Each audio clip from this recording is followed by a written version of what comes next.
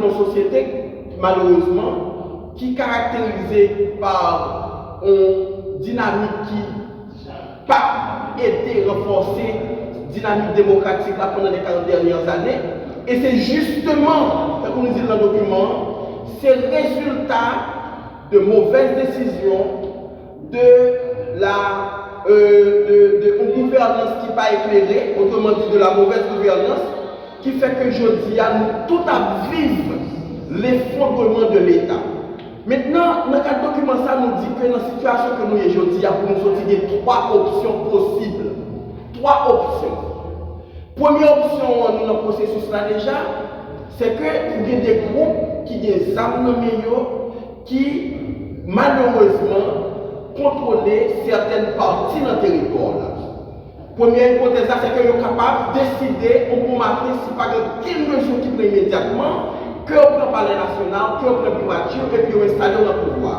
Nous tous connaissons si on constate arriver dans le pays, ce sera la fin de la démocratie, et peut-être qu'il y a une dynamique que ni moi ni nous pas calculer qui répercussion que la vie sur la vie nous, la vie petite, nous à petite.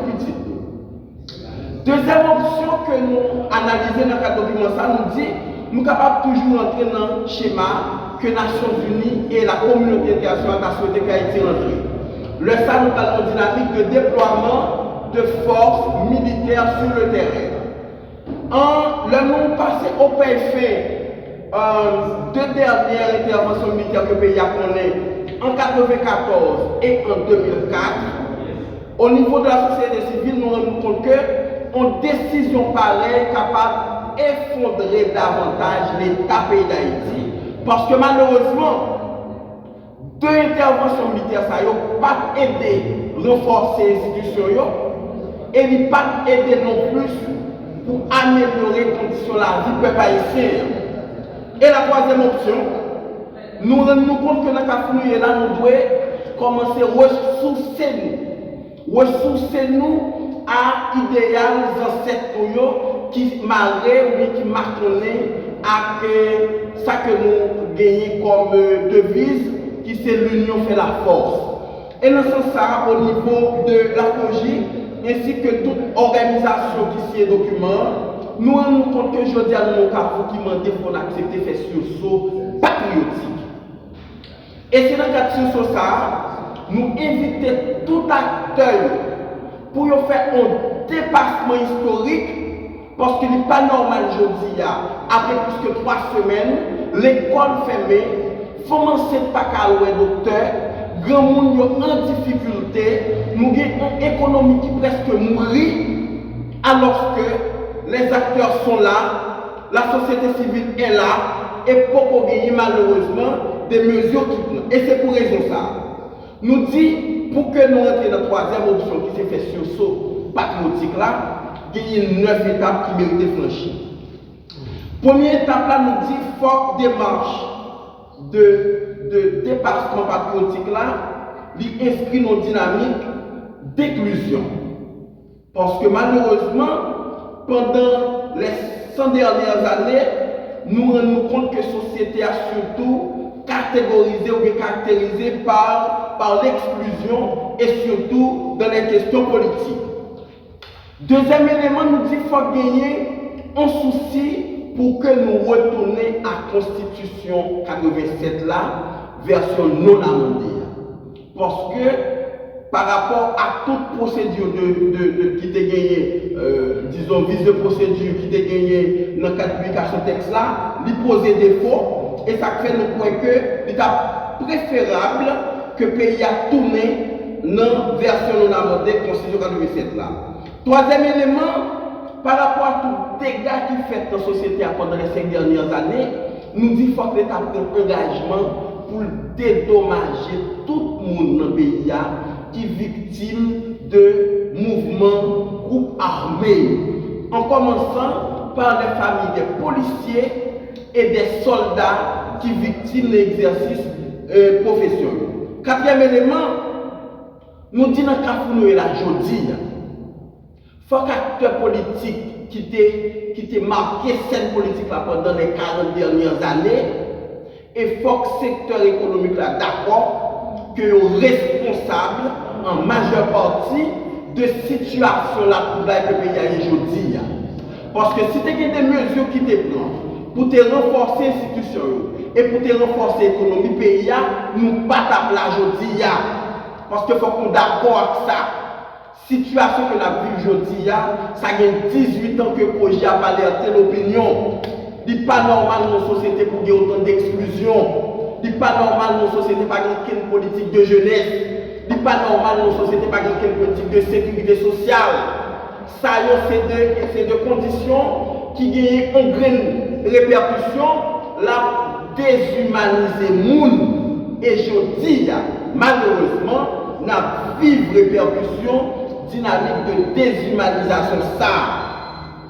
Qui donc est nécessaire pour que acteurs politiques qui aient assuré la gouvernance du pays, acteurs économiques qui influencent l'économie du pays pendant les 40 dernières années, il faut qu'ils fassent meilleur culpa. Il faut que les peuples aient pardon pour ça faire. Parce que Krijodia, c'est vrai que tout secteur frappé, mais la population, c'est la principale victime. Cinquième élément, nous croyons que Jodia, c'est l'heure pour nous faire économie. Il faut faire économie de temps et d'énergie. À quoi bon que nous des forces armées viennent combattre des jeunes que malheureusement, de notre classe politique là et notre classe économique là, aux armes. Et ça fait nous-mêmes au niveau de projet, tout partenaire qui signe document ça, nous demander pour eux amnistie à toutes les armes qui d'accord déposer armes. Nous demander pour eux amnistie à toutes les qui des armes de guerre qui d'accord déposer et remettre armes et qui d'accord réinsérer dans la société. Ça va permettre que nous fassions une énergie, une économie de temps, une économie d'argent et d'énergie, et qui permettre que nous gérions plus bien les ressources que les Nations Unies envisagées dans le cadre du déploiement.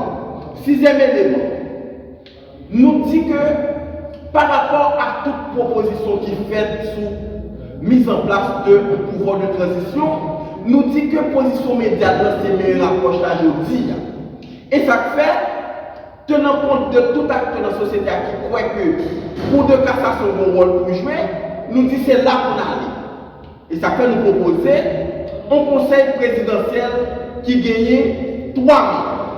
Ça c'est la sixième étape que acteurs doivent franchir dans le cadre de résolution de crise. Et le conseil présidentiel a constitué de 1 membre pour de cassation, de 1 membre secteur privé, nous, M. Laurent Cécile, nous le répétons à chaque fois, et un représentant accord 3 mars là, qui gagnait essentiellement un ensemble de structures politiques qui décident, dont Petite Dessalines et Réveil patriotique pour la souveraineté nationale, quelque chose de ce genre. Nous croyons que 3 membres un représentant de la Cour de cassation, un représentant du secteur privé, un représentant de l'accord 3 mars là, permettre que nous intégrions tout acteur qui est important, qui est capable de permettre que nous sortions rapidement de la crise là. 7e élément. Nous proposer, en principe, le 6e élément, ça c'est la deuxième partie, pour que nous gagnions un conseil, disons, au cabinet ministériel de 11 membres. 11 membres. Et la prépartie comme ça, nous avons gagné la primature, nous avons gagné le ministère de la Santé publique, nous avons gagné le ministère des Affaires étrangères et des Affaires sociales, et à la condition féminine, nous avons gagné le ministère de la Défense et de la Sécurité publique, nous avons le ministère des Mines et de l'Énergie, le ministère de la Jeunesse, de l'Emploi et de la Culture, le ministère des Affaires étrangères, des Haïtiens vivant à l'étranger et des cultes, nous avons le ministère de l'Agriculture, des Ressources naturelles et de l'Environnement, nous avons le ministère de la Justice, de l'Intérieur et de la Sécurité publique, nous avons le ministère de l'Enseignement supérieur, de l'Éducation nationale et de la formation professionnelle, et finalement, nous avons le ministère du Plan, du commerce, de l'économie et des finances. C'est 11 postes que nous envisageons dans le cabinet ministériel là. Et mais qui entité nous proposer pour qu'il fait partie de nouvelle équipe gouvernementale. Tout d'abord, a gagné un représentant de la société civile, on monde qui fait consensus qui a assuré le rôle Premier ministre, a gagné un représentant de l'accord de Montana, un représentant du secteur Vodou, un représentant des signataires de l'accord du 21 décembre, un représentant de la diaspora, un représentant de Famille Lavalas, un représentant du regroupement EDRED et compromis historique, un représentant du secteur femmes, un représentant du collectif des partis politiques du 13 janvier, un représentant du secteur jeunesse et un représentant de Religion pour la paix.